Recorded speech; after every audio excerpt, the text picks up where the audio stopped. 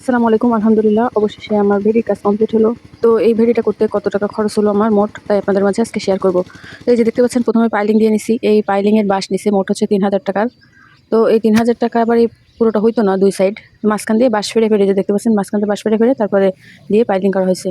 আর এই যে দুই সাইডে যে নেট, এই নেটটা পুরোনো নেট ব্যবহার করা হয়েছে। এই পুরোনো নেটটা আবার যদি নতুন নেট কিনতে যেতাম তাহলে এক থান নেট আপনার ১৪০০ টাকার মতো লাগতো, কিন্তু এটা পুরোনো ছিল, গেটের সাইডে দেওয়া, এটা খুলে ব্যবহার করা হয়েছে, যার কারণে এখানের কোনো এক্সট্রা টাকা প্রয়োজন হয়নি। এরপর আসেন মাটির টাকা দিয়ে। মাটির টাকা মোট ১২ কিসেন লাগছে, ৫ × ৬০, মোট ৬,০০০ টাকার মাটি কেটে দেওয়া হয়েছে এখানে।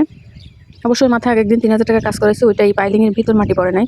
তো পাইলিংটা আবার মাথা পর্যন্ত কমপ্লিট হয়নি, একটু বাকি রয়ে গেছে, লম্বাই হয় নাই। তারপর সুতা খরচ প্লাস হচ্ছে যারা কাজে আসছিল ওদেরকে যে নাস্তা পানি দেওয়া হয়, এই বাবদে প্রায় ১,০০০ টাকা গেছে। মোট হলো ১০,০০০ টাকা। তো পাইলিংটা সম্পূর্ণ করছে আমার আব্বা ছোটো ভাই। এখানে আমার কোনো কিসেন খরচ লাগে নাই, মানে পাইলিংয়ের বাঁশ পোতা, বাঁশের সুতা টুতা বাঁধা, এইগুলো করছে সব আমার আব্বা ছোটো ভাই। আলহামদুলিল্লাহ, সব কিছু